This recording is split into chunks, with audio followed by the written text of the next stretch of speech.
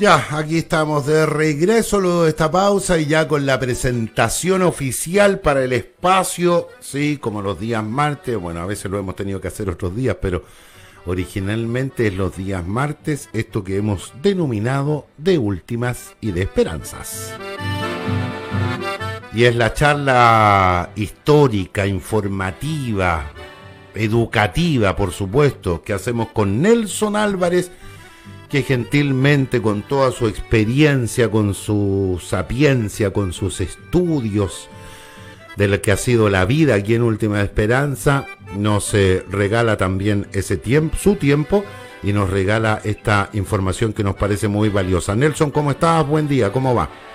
Buenos días, don Rodrigo, buenos días, contento de aparecer otro día en este programa tan prestigioso, Capuchino en la Mañana, ¿cierto? Muy bien. Bonita jornada además hoy día, Nelson, día muy agradable. Y gracias a Dios el tiempo va mejorando bastante, así que eso es muy bueno para la ganadería, para los campos y para la felicidad de nosotros también. Uh-huh. Podemos decir que llegó la primavera. Dios quiera Dios que quiera. aunque todavía por el sector del Castillo me toca ver nieve, sí, claro. Sobre todo en la parte de la serranía, en la parte de los cerros. Así es, exactamente. Pero Oye, Nelson, bueno, vamos a hablar hoy día algo de la educación, pero yo le escribí ayer a Nelson para confirmar su participación hoy día y le comenté también de nuestro viaje a Puerto Edén, qué opinión tiene en general un poco de la localidad, qué nos puede aportar con respecto a aquello. ¿Cuál es tu visión de Puerto Edén en general? ¿Qué podríamos decir, Nelson? Bueno, yo creo que Puerto Edén, el valor que debemos darle los natalinos a Puerto Edén es el mismo que debe dársele a toda localidad apartada, donde todavía existen chilenos, existe gente, pobladores, que con esfuerzo han decidido quedarse ahí, ¿ya? El esfuerzo, así como se vivió, se sigue viviendo en Senostrucción, que hasta hace, no sé, 10 o 15 años o 20 años era una zona mucho más apartada y mucho más alejada que la de hoy, ¿ya? Si bien la distancia geográfica es la misma, no es lo mismo la distancia tecnológica o de recursos que había hace varios años, y por eso hay un libro que plasma todo el esfuerzo colonizador, y no de muy antaño, porque si bien es cierto, la familia Navarro, la familia Vera, la familia Corbet, la familia Soto, de los primeros que llegaron allá, estamos hablando hace más de 100 años, pero también hay un esfuerzo colonizador de gente del, no sé, de don Francisco Navarro, doña Laura, don Manuel, hijo, que es no muy antiguo, de 20, 30 años atrás. Entonces, invito a leer un libro que se llama así, Senostrucción, donde esta gente cuenta sus proezas a nivel de salud, para conseguir el colegio, para conseguir caminos, y eso mismo es lo que hoy día sigue pasando en Puerto Edén, ¿cierto? Las necesidades de los colegios, de la comunicación, del transporte, de la evacuación en materias de salud. Sabemos que eso debe ser valorado y debe ser de ocupación. Yo, sin querer involucrarme mucho, porque no conozco muy de cerca el problema que vive esa gente, lo vivo como un poblador de natales más, no más, pero lo que veo con mucha preocupación es que solamente escuchamos de estas apartadas localidades cuando se está en periodo de campañas políticas, y eso no debiera ser, o que se utilice políticamente estos apartados lugares, ¿ya? ¿Por qué? Porque se dan dos cosas. Una, se da que el político solamente se preocupa, o el candidato se preocupa solamente cuando hay elecciones, y por otro lado, esta gente solamente puede hacer, solamente es escuchada en momento de elecciones. O el momento, perdón, Nelson, o el momento de alguna tragedia, como fue lo que ocurrió con el incendio de el incendio de la familia Navero. De la familia Navero, por ejemplo, claro. El señor Navero es todo un prohombre en Puerto Edén. pero también veía con mucha desazón como un candidato dice, primera vez que vengo, por ejemplo, ahora a la península Antonio Varas. La península Antonio Varas, si bien ha tenido pequeñas estancias desde los inicios de la colonización, estamos hablando allá en Estancia Mercedes, por ejemplo, desde antes del año 16, donde ya estaba instalado don Vicente Arteaga, pero ahora último, estos últimos años, gracias a la unión, la creación de esa junta de vecinos, de los ganaderos del sector y del avance del camino, se ha podido dotar de servicio y preocupación a la gente de Península Antonio Varas. Pero políticos en ejercicio que llevan 4, 5, 6 años no pueden decir ahora es primera vez que lo conozco porque están en campaña. ¿Comprende? Sí, te entiendo, por supuesto. Y de esos hay varios. Claro, entonces nosotros los natalinos, las instituciones de voluntariado y la clase política por sobre todo, tienen que hacer de que estos apartados lugares sean una preocupación constante, sean el hermano menor, ¿cierto? Así como se supone que en una familia el hermano menor es el que recibe más cuidados y más preocupación, pienso yo que también las localidades apartadas, las localidades más desvalidas, las localidades más dificultosas para llegar, deberían ser las de mayor preocupación. Pero eso no es nuevo, porque sabemos bien que el centralismo siempre ha sido así. Revisemos la historia de Natales, donde podemos ver que Natales y Porvenir siempre fueron los hermanitos pobres de Punta Arenas o los patios traseros de Punta Arenas. Ya, entonces yo creo que todas estas cosas se solucionan a través de la unión. Vuelvo a insistir sobre ese libro, que no lo tengo, que se llama Xenostrucción, un libro blanco como de 200 páginas, que lo pude leer gracias a al programa de cajas viajeras que tiene don Arnaldo Montenegro como director de la Biblioteca Municipal de Natales, donde él lleva a distintas instituciones cajas con libros, y los tienen ahí 1 o 2 meses para que los miembros de esas agrupaciones lo lean, y después lo devuelven, después se renueva de nuevo esa caja. Entonces don Arnaldo Montenegro en el mes de julio llevó a la Cruz Roja una caja con libros, y entre eso estaba este libro, Xenostrucción, que no sé quién es el autor porque no lo dice, pero recoge los testimonios de los habitantes de ese sector. Y ahí nos cambian totalmente a nosotros la visión que tenemos sobre esas localidades apartadas, y el esfuerzo colonizador del que siempre hablamos, que fue hace 100, 110 años, podemos decir hoy día no.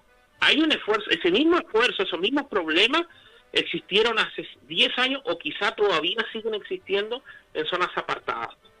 Entonces, creo que el esfuerzo de poder cambiar la visión a la clase política, a los dirigentes sociales y a los habitantes de nuestro pueblo respecto de esas zonas es a través de la unión vecinal, de la unión sindical, de la unión sin afanes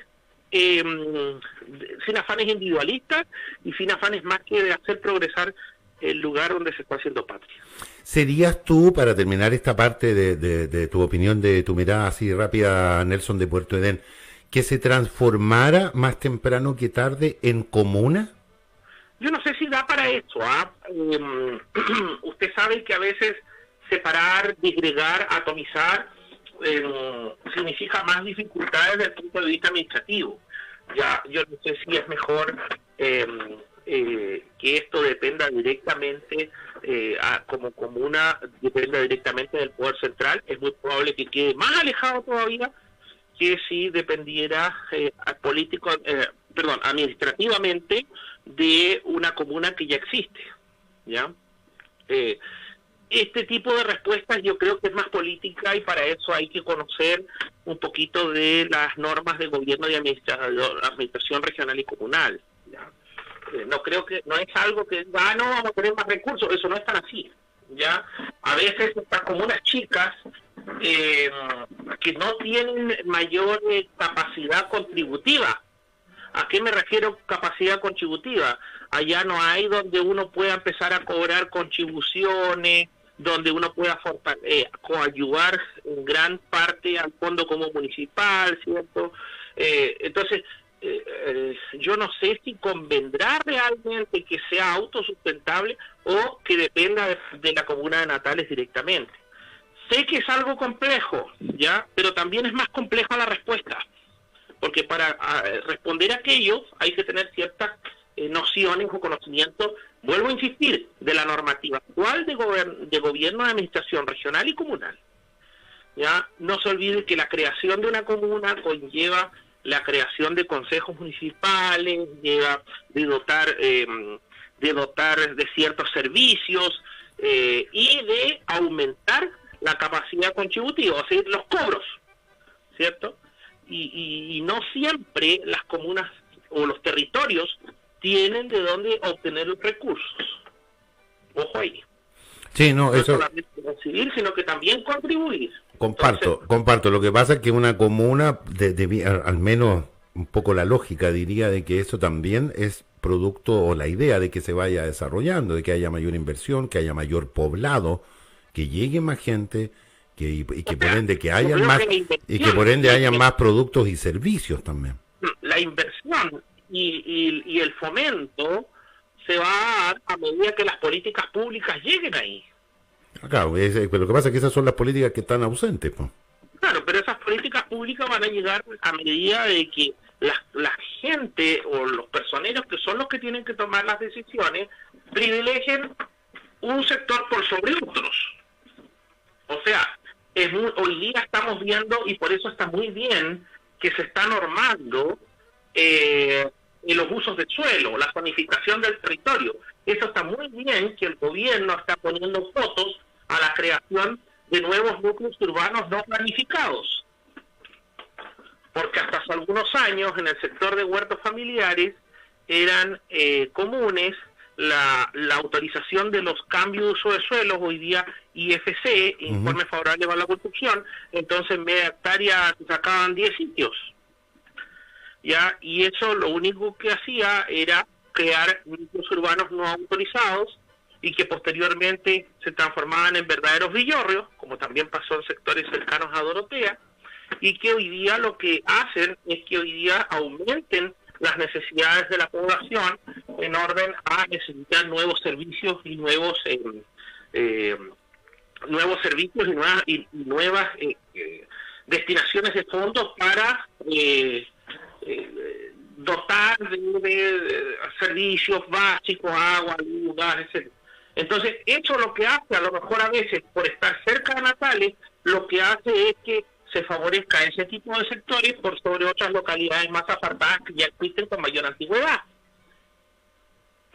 Entiendo. Bueno, la mirada de Nelson con respecto a esta consulta que le hago a propósito de la situación y de la gente en Puerto Edén. Ya, Nelson, vamos a nuestro tema del día de hoy. Educación para de últimas y de esperanza. Te escuchamos. Bueno, antes de hablar de la educación, voy a saludar por este medio a doña María Barriga Godoy y su directiva como actual presidenta del Centro de Mineros Río Turbio. Hoy día están de aniversario, claro, tienes razón. Sí. Hoy día el Centro de Mineros Río Turbio cumple del año 72, cumple 52 años, ¿ya? Así que ahí estuvo mi gran amigo Belarmino Ollarzo durante muchos años de presidente, Alfonso Coñotar también, y hoy día dirige el destino de esa institución, doña María Barriga Godoy,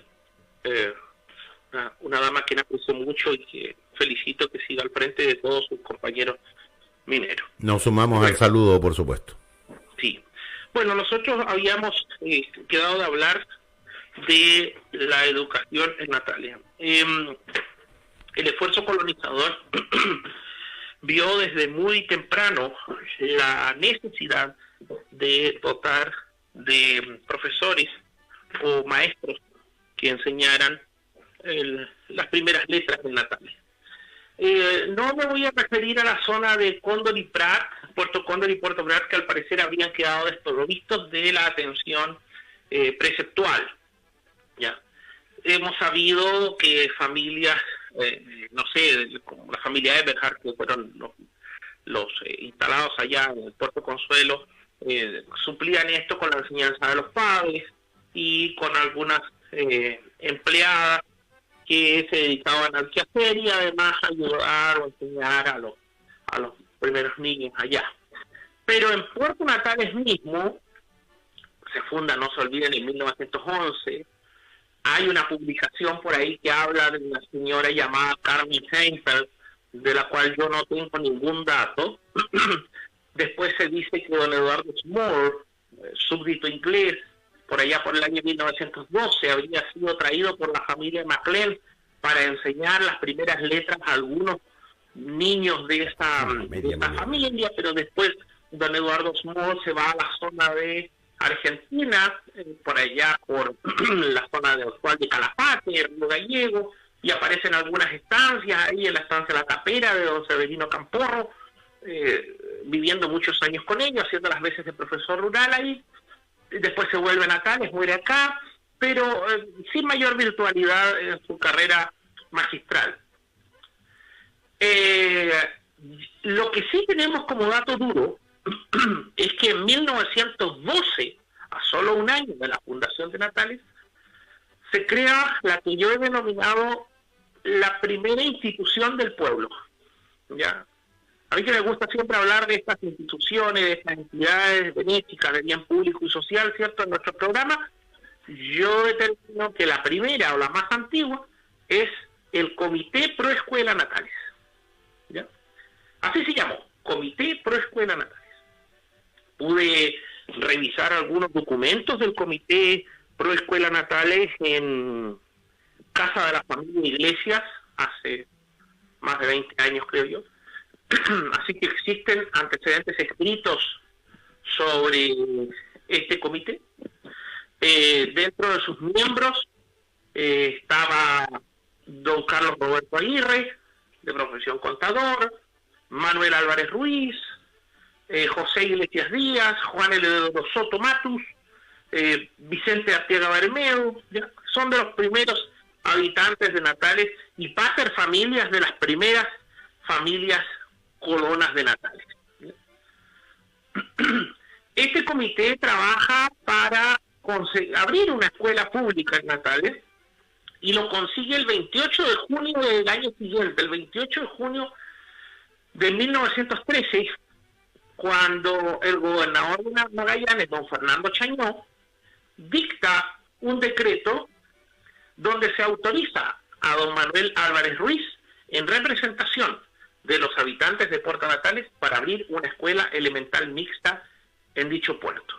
¿Ya?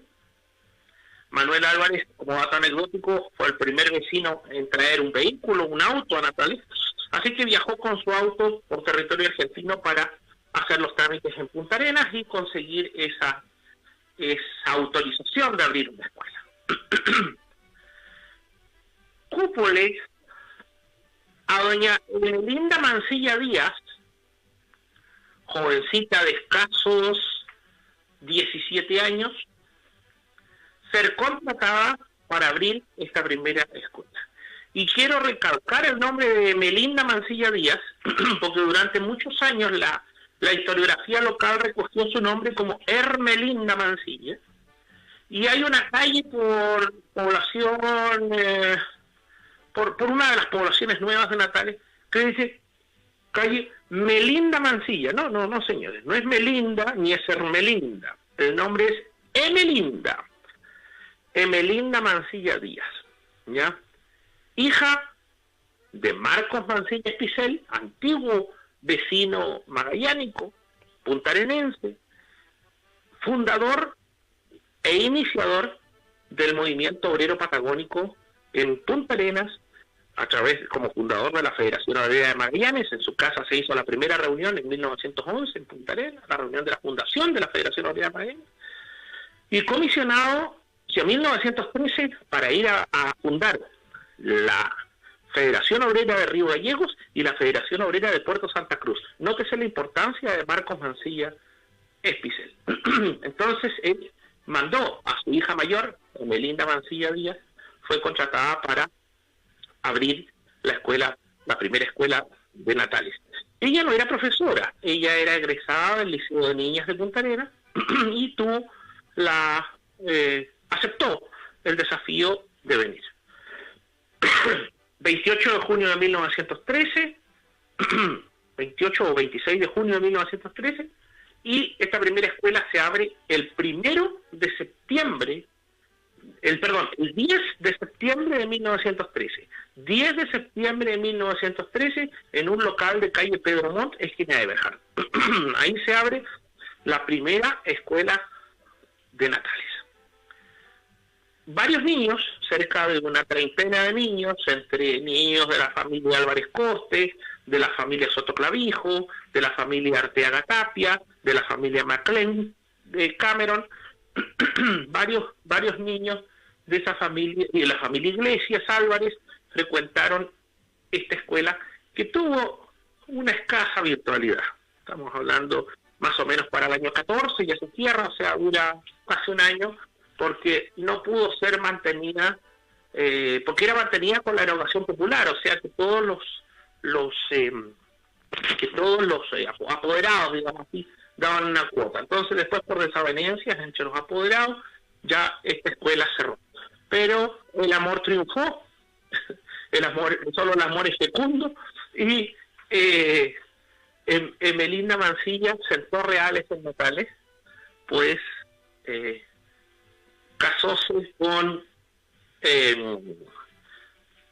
don Carlos Roberto Aguirre, presidente de esta escuelita, del Comité Preescuela Natales.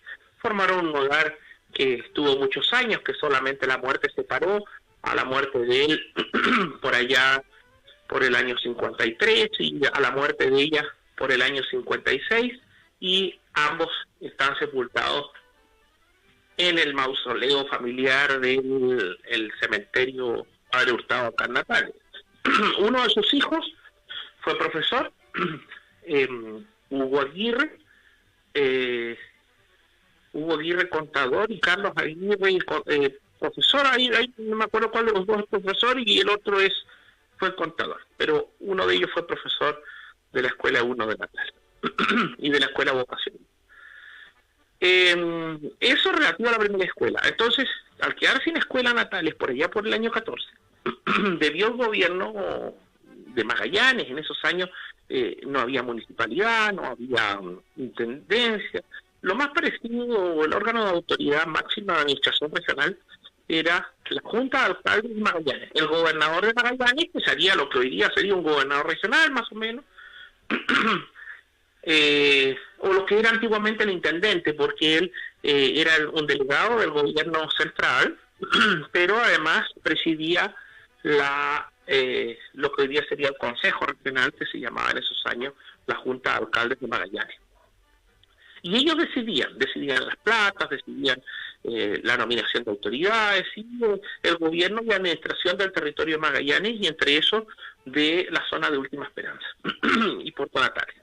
Entonces esta Junta de Alcaldes de Magallanes, el año 14, decide abrir una escuela, entre el año 14 y el 15, abrir una escuela mixta.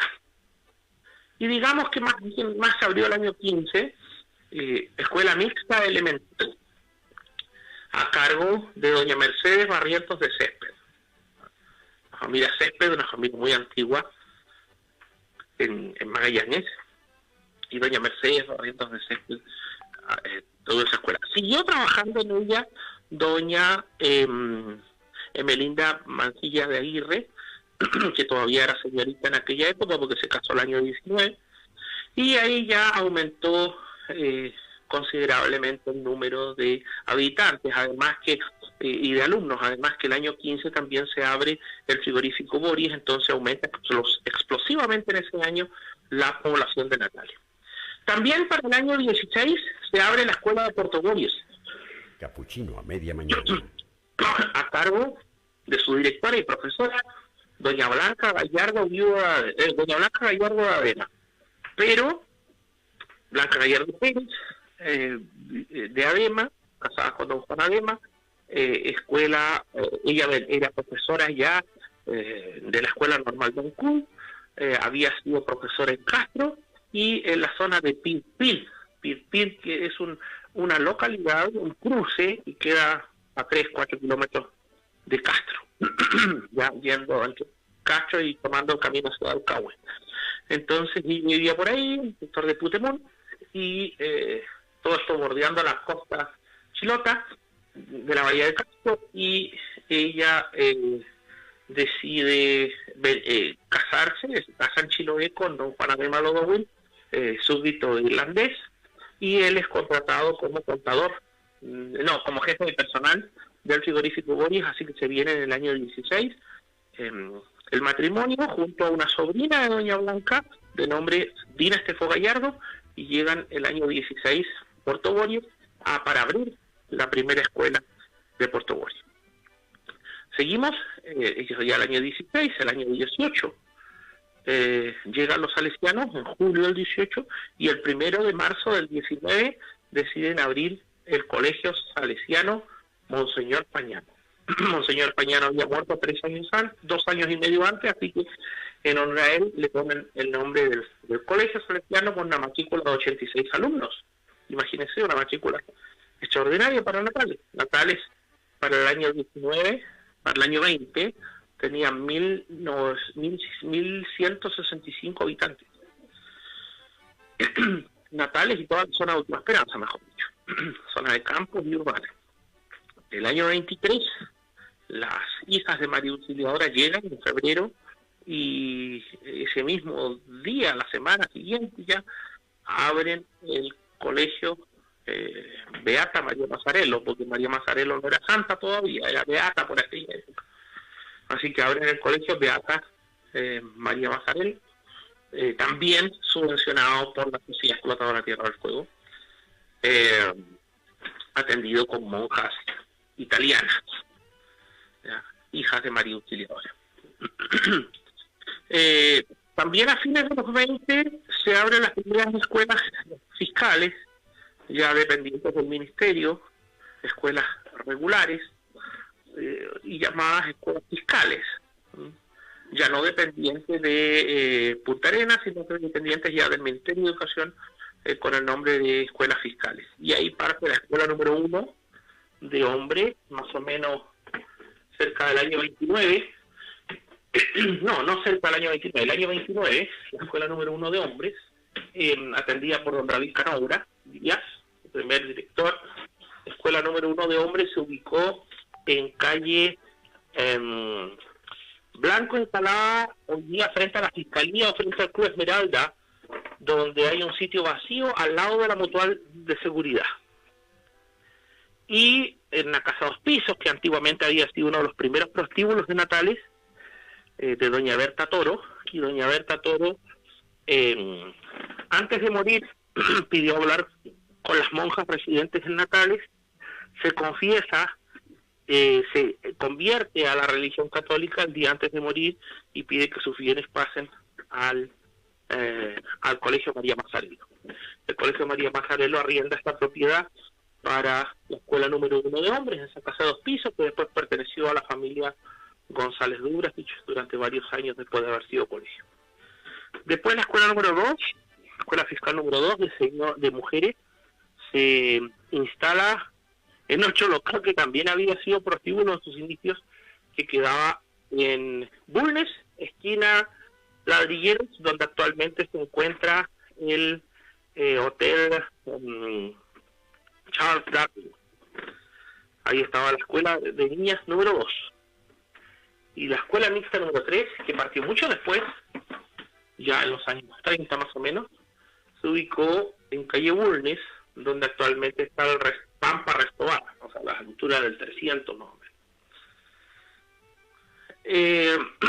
Ya después, más adelante, se da esta, para no aburrir a la gente con tanta fe y todo, ya después la escuela número 1, 2 y 3 se fusionan a través del grupo escolar mixto, y ya en los 50, 52 más o menos, la escuela 1 y 2 se fusionan para dar paso a la escuela 1, hoy día Libertador de la Rogía, con otros nombres, escuela consolidada, escuela centralizada primero, escuela consolidada después escuela 1, ¿cierto? Pero nace de la fusión de la 1 de hombres y de la 2 de mujeres, y la escuela 3 se separa del grupo escolar mixto y sigue siendo lo que hoy día es la escuela E3, o hoy día Libertador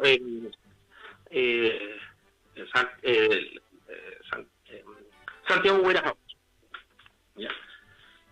Después ya es historia conocida la proliferación de otras escuelas ya dependientes del ministerio y después municipales, en lo que no nos van a meter porque lo voy a dejar a usted y quizás quiera hacer algunas consultas. Bueno, siguiendo muy atento el relato, si estos son verdaderas clases que nos entrega Nelson de historia, entendiendo un poco, me llamó la atención de eso que mencionaste, que en dos establecimientos que tenían el origen de otras prácticas, como esto de cabaret o de prostíbulos, terminaron en temas de educación, Nelson. Mera coincidencia nomás, ¿no? No, algo meramente circunstancial nomás. Claro, claro. Usted sabe, para instalar un colegio se necesita un local grande.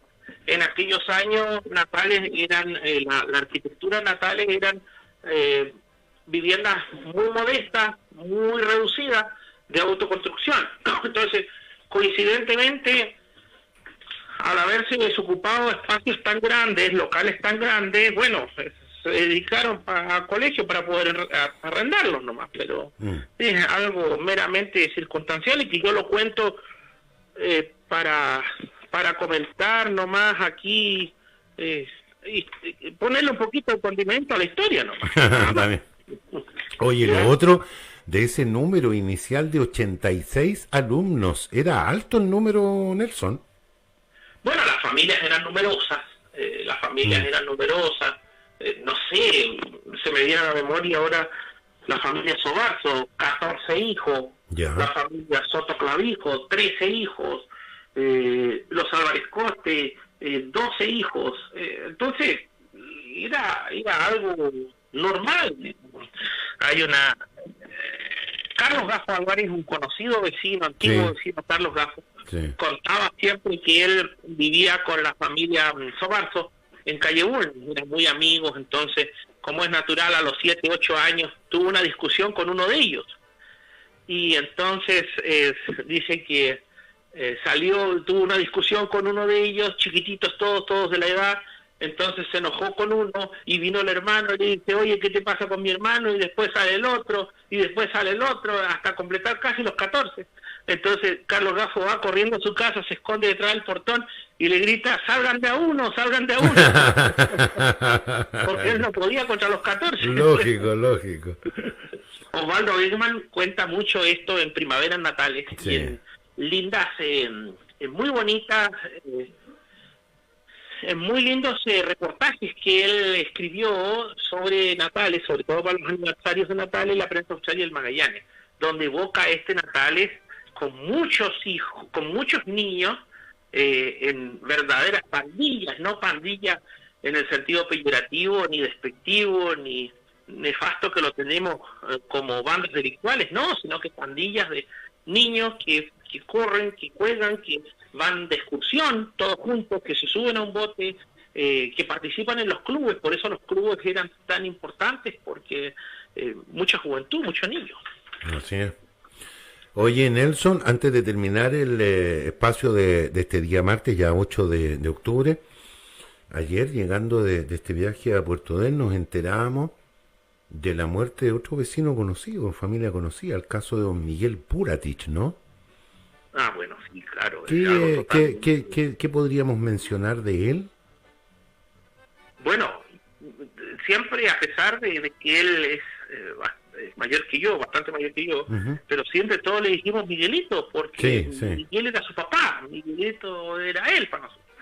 Y hoy día su hijo es Miki, o Miguelito chico. Miguel Ángel, a veces le decimos también. Miguel Ángel, para nosotros, bueno, es un duro golpe a la razón, y digo a la razón porque un hombre alegre, lleno de vida, lleno de amigos, verlo apagarse de esa forma es algo totalmente triste e inesperado. Yo conocí mucho a su padre en mi niñez, fue un gran dirigente del Club Deportivo Natales, tremendo dirigente, realmente comprometido, institución que presido hoy por hoy, y también como presidente de la Junta Vecinal número 1, ex Arturo Prato, hoy día Roberto Morano Dey. Don Miguel Puratich murió en el cargo de presidente de la Junta 1, y él era un socio de esos vecinos que con su esfuerzo, su trabajo, su pasión por las instituciones le daba nuevas vidas a esta institución. Yo también presidí durante 7 años en la Junta 1, así que conocí harto a los padres de Miguel Ángel, a la mamá, me tocó trabajar con ella también en mi niñez. Y la última vez que estuve con Miguelito en un café aquí en Natales, hará un mes, conversábamos eso, de cuánta pasión su padre por Natales, cuánto dio su papá, cuánto empuje, sin muchas herramientas, y Miguel Ángel se sentía orgulloso de esa historia de su padre. Él a su manera también contribuyó en el aspecto deportivo tuerca, ya le gustaba mucho las carreras de auto, gustaba mucho la conversación, era muy común que uno fuera a hacer al centro, ¿cierto?, algún trámite, alguna cosa a las mañanas, y lo encontrara ahí afuera de su hostal, largas conversaciones. Un hombre muy querido, que ya se ha visto en su velatorio que la gente de Natales lo va a acompañar. Es triste ver cómo la tecnología ha avanzado tanto, pero aún así nos sigue arrebatando gente joven y gente que todavía tenía mucho por entregar. Miguel pertenece a una de las familias más antiguas del pueblo, la familia Puratich es una familia de las fundadoras, una familia muy numerosa, así como la familia Dubrasich también, la familia Galindo por parte de su mamá, Miguelito también. Y sí, es bien triste este tipo de situaciones, más cuando golpean a gente joven, pero también a gente adulta. También hace poco tuvimos que despedir a doña Nina Hernández, viuda de Dinao, una señora muy antigua, muy querida, participante de muchas instituciones de adultos mayores, de la comunidad religiosa Laura Vicuña. Entonces al final hay gente que va quedando en el recuerdo, y que espero que podamos siempre seguir haciendo estos conversatorios históricos para que la memoria de aquellos y sus nombres no se pierdan. De eso se trata, perdón, Nelson, también este espacio. Bueno, nos sumamos, por supuesto, a las condolencias de toda la familia Puratich y a todos los amigos, conocidos y los natalinos que conocieron bien de su familia y en particular de él. Ya, Nelson, un agrado como siempre aprender y conocer de toda esta historia, de cómo se ha ido formando y creciendo Última Esperanza. Espero que charlemos la próxima semana. Un gran abrazo y muchas gracias por tu aporte. Un gran abrazo, que esté bien. Saludos a todos. Hasta luego, muchas gracias. De Últimas y de Esperanza.